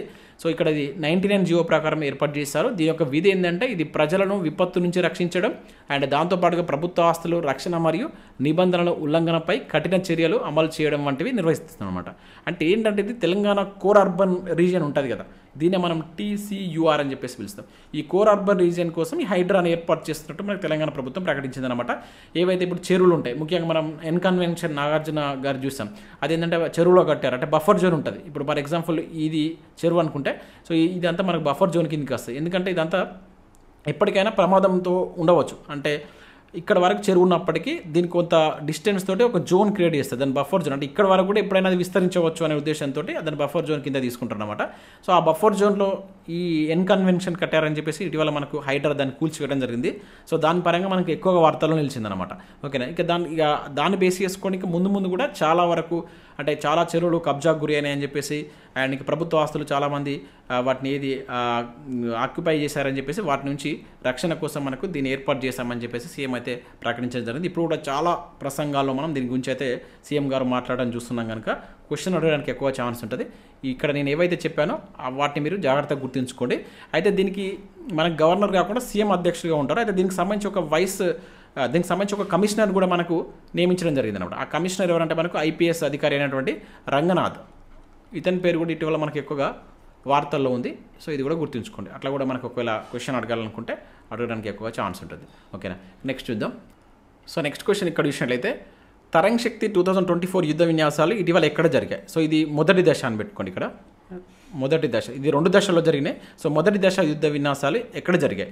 ఉత్తరాఖండ్, హిమాచల్ ప్రదేశ్, రాజస్థాన్ అండ్ తమిళనాడు అంటున్నాడు. సో ఇక్కడ మన ఆన్సర్ చూసినట్లయితే తమిళనాడులో జరిగాయి. ఇది మొదటి దశ, ఓకేనా. మొదటి దశ వచ్చేసి ఇక్కడ జరగడం జరిగింది. ఇక రెండవ దశ వచ్చేసి మనకు రాజస్థాన్లో జరిగాయి, ఓకేనా. ఇది రెండవ దశ, ఓకేనా. ఇట్లా మన క్వశ్చన్ ఎట్లా అడిగితే మనం దానికి సంబంధించి ఆన్సర్ చేయాల్సి ఉంటుంది. సో తమిళనాడులో మనకు ఎప్పుడు జరిగాయంటే ఆగస్ట్ 6 నుంచి 14వ తేదీ వరకు జరిగాయి అన్నమాట, ఓకేనా. ఇక నెక్స్ట్ మనకు ఇది రాజస్థాన్కి సంబంధించి రెండవ దశ ఎప్పుడు జరిగిందంటే ఆగస్టు 29 నుంచి సెప్టెంబర్ 12 వరకు జరగడం జరిగింది. ఇట్లా 2 దశల్లో దీన్ని నిర్వహించడం జరిగింది, గుర్తుంచుకోండి. దీనిలో దాదాపుగా 30కి పైగా దేశాలు దీనిలో పాల్గొన్నాయన్నమాట. ఇది మనకు భారత త్రివిధ దళ అధిపతులు ఉంటారు కదా, సో వాళ్ళు కూడా దీనిలో పాల్గొన్నారు. ముఖ్యంగా ఇది ఏంటంటే మనకు వైమానిక దళం ఇండియన్ ఎయిర్ ఫోర్స్ ఆధ్వర్యంలో జరిగినటువంటి ఒక విన్యాసం, ఓకేనా. అది ఇక్కడ గుర్తుంచుకోండి. ఎవరి ఆధ్వర్యంలో జరిగిందని చెప్పేసి అడిగితే ఎయిర్ ఫోర్స్ అని చెప్పేసి గుర్తుంచుకోండి. అట్లా కూడా మనకు క్వశ్చన్ అడగడానికి ఛాన్స్ ఉంటుంది. ఇక నెక్స్ట్ క్వశ్చన్ కనుక చూసినట్లయితే భారత ప్రభుత్వం ఇటీవల మొదటిసారిగా రాష్ట్రీయ విజ్ఞాన పురస్కారాలను ప్రకటించింది. అయితే ఆ గ్రహీతలకు సంబంధించి క్రింది వాటిలో సరికాందని చెప్పేసి అంటున్నాడు. సో ఇది కూడా మోస్ట్ ఎక్స్పెక్టెడ్ బిట్ అండి ఇది, ఓకే. ఎందుకంటే ఇది ఫస్ట్ టైం ప్రకటించారు ఈసారి. సో క్వశ్చన్ మనం ఎక్స్పెక్ట్ చేయవచ్చు. అంటే ఏంటంటే మనకు భారత ప్రభుత్వం మొదటిసారిగా రాష్ట్రీయ విజ్ఞాన పురస్కారాలు ప్రకటించింది అనమాట. ఇది ఎప్పుడంటే మనకు ఆగస్టు 23 యొక్క ఇంపార్టెన్స్ ఏంది, మనకు అంతరిక్ష దినోత్సవం, జాతీయ అంతరిక్ష దినోత్సవం మనకు లాస్ట్ టైం ప్రకటించారు 2023లో. ఇది ఫస్ట్ది అనమాట, ఓకేనా. అంటే మొదటి అంతరిక్ష దినోత్సవం ఆగస్టు 23, 2024 అని చెప్పేసి గుర్తుంచుకోండి. సో ఈ రోజున మనకు ఈ శాంతి స్వరూప్ భట్నాగర్ ప్రైజ్తో సహా ఇప్పటికే కొన్ని సైన్స్ అవార్డ్స్ ఉన్నాయన్నమాట. వాటి స్థానంలో వాటి నేమ్స్ చేంజ్ చేస్తూ మనకు 4 రకాల అవార్డ్స్ను ప్రభుత్వం ఇటీవల తీసుకొచ్చింది. అది విజ్ఞాన్ రత్న, విజ్ఞాన్ శ్రీ, విజ్ఞాన్ యువ అండ్ విజ్ఞాన్ బృందం అని చెప్పేసి ఇట్లా తీసుకొచ్చింది అనమాట. సో దానిలో ఎవరికి అవార్డులు వచ్చాయి, ఎన్ని ఇచ్చారనేది ఇక్కడ మనకు కరెంట్ ఇష్యూ. మీకు ఆల్రెడీ నేను ప్రీవియస్లో ఈ విజ్ఞాన్ రత్న ఎవరికి ఇస్తారు, విజ్ఞాన్ శ్రీ ఎవరికి ఇస్తారు, విజ్ఞాన్ యువ ఎవరికి ఇస్తారని చెప్పేసి చెప్పాను. ఈ విజ్ఞాన్ బృందం కూడా ఒకసారి ఇక్కడ మీకు రిపీట్ చేస్తాను. విజ్ఞాన్ రత్న అనేటువంటిది ఎవరికి ఇస్తారంటే సైన్స్ అండ్ టెక్నాలజీ రంగంలో జీవితకాల విజయానికి గుర్తింపుగా ఇస్తారు. ఎవ్రీ 3 yearsకి ఒకసారి అవార్డు ఇస్తారు. ఓకే, సైన్స్ అండ్ టెక్నాలజీలో చేసినటువంటి జీవితకాల విజయానికి గుర్తింపుగా ఇది ఇస్తారు. ఇక విజ్ఞాన్ శ్రీ ఎవరికి ఇస్తారంటే ఇది కూడా మనకు సైన్స్ అండ్ టెక్నాలజీకి సంబంధించి ఏదైనా రంగంలో విశిష్ట సేవలు, ఏదైనా ఒకటే రంగంలో విశిష్ట సేవలు చేసినటువంటి వాళ్ళకి ఇస్తారు. ఒక ఇయర్లో అప్ టు 25 వరకు ఇవ్వచ్చు. ఓకేనా. ఇక నెక్స్ట్ విజ్ఞాన్ యువ చూసినట్లయితే విజ్ఞాన్ యువ అనేటువంటిది ఏంటంటే 45 ఏళ్ల లోపు ఉన్నటువంటి యువ శాస్త్రవేత్తలకు ఇస్తారన్నమాట. సో దీన్నే మనం శాంతి స్వరూప్ భట్నాగర్ అని చెప్పేసి కూడా అంటాం. ఇది అసాధారణమైనటువంటి కృషి చేసినటువంటి 45 years బిలో ఉన్నటువంటి యువ శాస్త్రవేత్తలను ప్రోత్సహించడం కోసం ఇది ఇస్తారన్నమాట. ఇక నెక్స్ట్ విషయం అయితే విజ్ఞాన్ బృందం, ఇది ఒక బృందానికి ఇస్తారంట. సైన్స్ అండ్ టెక్నాలజీలోకి సంబంధించి ఎక్కువ మంది శాస్త్రవేత్తలు పరిశోధకులు చేస్తారు కదా, ఆవిష్కరణలు చేస్తారు కదా, ఆ బృందానికి ఇచ్చేటువంటి అవార్డు విజ్ఞాన్ బృందం అనమాట. సో దీనిలో ఇప్పుడు ఈసారి మనకు ప్రకటించినటువంటి దాంట్లో ఎవరికి ఎన్ని వచ్చాయి అనేది ఇక్కడ చూద్దాం. సో 24కి సంబంధించి మనకు విజ్ఞాన్ రత్న ఈ గోవిందరాజన్ పద్మనాభన్కి రావడం జరిగిందనమాట. ఇది గుర్తుంచుకోండి. టోటల్గా మనకు 32 ఇచ్చారండి, 33 ఇచ్చారు, మొత్తం కలిపితే 33 ఇచ్చారు. దానిలో ఈ విజ్ఞాన్ రత్న అనేటువంటిది కనుక చూసినట్లయితే ఈ గోవిందరాజన్ పద్మనాభన్ జీవరసాయన శాస్త్రవేత్త. సో మలేరియా పర్ణజీవులపై చేసినటువంటి కృషి గుర్తింపుగాను ఇతనికి పద్మశ్రీ అదేవిధంగా పద్మభూషణ్ అవార్డు కూడా రావడం జరిగింది. చాలా చాలా ఇంపార్టెంట్ పర్సన్ అండి. సో ఓకేనా, మలేరియా పర్ణజీవులపై చేసినటువంటి కృషికి గాను ఓకే పద్మశ్రీ పద్మభూషణ్ వచ్చింది. ఇప్పుడు వచ్చేసి విజ్ఞాన్ రత్న వచ్చింది. ఇది మోస్ట్ ఎక్స్పెక్టెడ్ పాయింట్, గుర్తుంచుకోండి. ఇక నెక్స్ట్ విజ్ఞాన్ శ్రీ కనుక చూసినట్లయితే ఇది మొత్తం 33 మందికి అన్నాడు కదా, ఇది తప్పు. ఇదే మనకు ఆన్సర్ అవుతుంది. ఇది 13 మందికి ఇచ్చారండి. 33 అనేది మొత్తం మందికి అన్ని కలుపుకుంటే 33, అందులో 13 వచ్చేసి మనకు వీళ్ళకి ఇవ్వడం జరిగింది. ఇట్లా ఎక్కువ అవార్డ్స్ ఉన్నప్పుడు వాళ్ళ పేర్లు అడగకపోవచ్చు, ఆ సంఖ్యను గుర్తుంచుకోండి. దానిలో మనకు మనకెవరంటే ఈ సుబ్రహ్మణ్యం అని చెప్పేసి, జయంత్ బాలచంద్ర అని చెప్పేసి, వీళ్ళకు రాహుల్ ముఖర్జీ అని చెప్పేసి వాళ్ళకి ఇవ్వడం జరిగింది. ఇక విజ్ఞాన్ యువ వచ్చేసి 18 మందికి ఇచ్చారు. దీనిలో మనకు కృష్ణమూర్తి, స్వరూప్ కుమార్, వివేక్ అని చెప్పేసి ఇట్లా చాలామంది ఉన్నారు. ఈ సంఖ్యను గుర్తుంచుకోండి. ఇక విజ్ఞాన్ బృందం వచ్చేసి మనకు చంద్రయాన్ 3 బృందానికి ఇవ్వడం జరిగింది. మీకు తెలిసినట్టుంటే చంద్రయాన్ 3 మనకు ఎక్కువ వార్తల్లో ఉంది. సక్సెస్ అయినందుకు గాను ఈ విజ్ఞాన్ బృందానికి సంబంధించి మనకు చంద్రయాన్ 3కి అయితే ఇవ్వడం జరిగిందనమాట. సో ఇవి మనకు దీనికి సంబంధించి ఇక్కడ ఆన్సర్ అనేది మనకు ఈ బి అవుతుంది. ఇది చాలా చాలా ఇంపార్టెంట్. అవి ఏ రంగంలో ఇస్తారనేది మీకు ఇంతకుముందే చెప్పాను. వాటిని మీరు జాగ్రత్తగా గుర్తుంచుకునే ప్రయత్నం చేయండి. ఇక నెక్స్ట్ క్వశ్చన్ ఇక్కడ చూసినట్లయితే ప్రీతి సుధా ఇటీవల ఈ క్రింది దేనికి చైర్పర్సన్గా నియమితులయ్యారు? ప్రీతి సుధాన్ అనబడాలి ఇక్కడ. సో ఈ ప్రీతి సుధాన్ అనేటువంటి పర్సన్ ఇటీవల దేనికి చైర్పర్సన్గా నియమితులయ్యారు? ఎస్టీ కమిషన్కా, ఎస్సీ కమిషనా, యూపీఎస్సీయా, ఎలక్షన్ కమిషనా? సో ఆన్సర్ చూసినట్టయితే మనకు యూపీఎస్సీకి అండి. ఓకే, యూనియన్ పబ్లిక్ సర్వీస్ కమిషన్కు రీసెంట్గా మనకు చైర్పర్సన్గా ఈ ప్రీతి సుధాన్ బాధ్యతలు స్వీకరించడం జరిగింది. సో ఇంతకు ముందు ఉన్నటువంటి ఆ పదవిలో ఉన్నటువంటి ఎవరైతే మనకు మనోజ్ సోని జూలై 20న తన పదవికి రాజీనామా చేయడంతో ఆ ప్లేస్లో సో ఈమెను నియమిస్తున్నట్లుగా మనకు కేంద్ర ప్రభుత్వం ఉత్తర్వులు అయితే జారీ చేసింది. సో చాలా ఇంపార్టెంట్. యూపీఎస్సీకి సంబంధించి మనం ఏ ఆర్టికల్స్లో చదువుతామని కింద కామెంట్ చేయండి. మీకు ఆల్రెడీ నేను ప్రీవియస్లో చాలాసార్లు చెప్పాను. సో మనకు దేశంలో అండ్ కేంద్ర స్థాయిలో చేసేటువంటి అన్ని పబ్లిక్ సర్వీస్ కమిషన్కు నియమించేటువంటి సంస్థ ఇది. స్వతంత్ర సంస్థ, అదేవిధంగా రాజ్యాంగబద్ధ సంస్థ. ఇప్పుడు ఈ చైర్మన్ యొక్క పదవి కాలం ఎన్ని సంవత్సరాలు ఉంటుందంటే 6 years ఉంటుంది. ఇది ఇంపార్టెంట్, గుర్తుంచుకోండి. లేదంటే 65 సంవత్సరాలు. ఓకేనా, 65 సంవత్సరాలు 6 years అనేటువంటి పదవి కాలం ఉంటుంది. సో ఇక్కడ చైర్మన్ కావచ్చు, సభ్యులను నియమించేటువంటి అధికారం ఎవరికి ఉంటుంది? రాష్ట్రపతికి ఉంటుంది. ఓకేనా. సో అది ఏ ఆర్టికల్స్ ప్రకారం మనం యూపీఎస్సీకి సంబంధించినటువంటి అంశాలు మనం రాజ్యాంగంలో చదువుతామనేది మీరు కింద కామెంట్ చేయండి. ఆల్రెడీ నేను ప్రీవియస్లో మీకు చాలాసార్లు చెప్పాను. ఇక నెక్స్ట్ క్వశ్చన్ చూసినట్లయితే ఇటీవల చనిపోయినటువంటి డాక్టర్ రామ్ నారాయణ్ అగర్వాల్ దేనికి సంబంధించినటువంటి శాస్త్రవేత్త అని చెప్పేసి అంటున్నాడు? వ్యవసాయ శాస్త్రవేత్తన, క్షిపణియ, ఖగోళన, ప్రముఖ వైద్యుడా? సో ఆన్సర్ చూసినట్లయితే మనకు ప్రముఖ క్షిపణి శాస్త్రవేత్త అయినటువంటి డాక్టర్ రామ్ నారాయణ్ అగర్వాల్ ఇటీవల చనిపోతూ మనకు వార్తల్లో నిలవడం జరిగింది. సో ఇతనికి పద్మభూషణ్ అవార్డు కూడా 2000 సంవత్సరంలో రావడం జరిగిందనమాట. ఇతను క్షిపణికి సంబంధించినటువంటి శాస్త్రవేత్త. సో డిఆర్డిఓ ఏదైతే మనకు రక్షణ పరిశోధన అభివృద్ధి సంస్థ అంటాం చూసినావా, సో దానిలో చేపట్టినటువంటి దీర్ఘశ్రేణి బాలిస్టిక్ క్షిపణి కార్యక్రమంలో ఇతను కీలక పాత్ర పోషించిందన్నమాట. ఓకే, అదేవిధంగా అగ్ని క్షిపణి ప్రోగ్రామ్ ఉంటుంది కదా, దానికి మొదటి ప్రాజెక్ట్ డైరెక్టర్ కూడా ఇతను వ్యవహరించాడు. సో ఇతను రీసెంట్గా మనకు చనిపోతూ వార్తల్లో నిలిచారు కనుక అతను దేనికి సంబంధించి అతని యొక్క ఇంపార్టెన్స్ ఉందని మనం కరెంట్ అఫేర్ పరంగా గుర్తుంచుకోవాల్సి అయితే ఉంటుంది. ఇంపార్టెంట్, జాగ్రత్తగా గుర్తుంచుకోండి. ఇక నెక్స్ట్ ఇక్కడ మరో క్వశ్చన్ చూసినట్టయితే సో 2024 ఆసియా మహిళల T20 వరల్డ్ కప్ను ఏ దేశం గెలుచుకుందని చెప్పేసి అంటున్నాడు ఇక్కడ. ఓకేనా, ఇండియానా, శ్రీలంకనా, ఆస్ట్రేలియానా, ఇంగ్లాండా? ఆన్సర్ చూసినట్టయితే మనకు శ్రీలంక అండి. ఫైనల్లో ఇండియా పైన శ్రీలంక గెలిచి మొదటిసారిగా ఈ ఆసియా మహిళల T20 వరల్డ్ కప్ను గెలుచుకోవడం జరిగింది. ఓకేనా, ఇక్కడ మనం గుర్తుంచుకోవాల్సిందంటే ఇండియా ఫైనల్లో ఓడిపోయింది కనుక ఏ దేశం పైన గెలిచింది శ్రీలంక అని చెప్పేసి అట్లా కూడా క్వశ్చన్ అడగవచ్చు. సో గతంలో 6 సార్లు మనకు శ్రీలంక ఫైనల్కి వచ్చి ఓడిపోయిందండి. ఓకేనా, సో ఇప్పుడు ఫస్ట్ టైం ఇది గెలుచుకుంది కనుక గుర్తుంచుకోండి. సో హర్మన్ ప్రీత్ కౌర్ సారథ్యంలో భారత జట్టుపై మన భారత జట్టు కెప్టెన్ వచ్చేసి మనకు హర్మన్ ప్రీత్ కౌర్. సో ఫైనల్లో మన భారత జట్టు ఓడిపోయింది అనమాట. అది ఇక్కడ మీరు గుర్తుంచుకొని గెలిచినటువంటి దేశం ఏంటిది శ్రీలంక. అట్లా మనకు క్వశ్చన్ డైరెక్ట్గా ఆడడానికి ఛాన్స్ ఉంటుంది. సో నెక్స్ట్ క్వశ్చన్ ఇక్కడ చూసినట్లయితే ఆల్రెడీ చూసాం కదా. సో నెక్స్ట్, సో ఇటీవల జీవన్ దాస్, ఇక్కడ జీవన్ దాన్ అనమాట, యాక్చువల్గా దాస్ అనమాట, జీవన్ దాన్ ఇది. ఓకే, దాన్.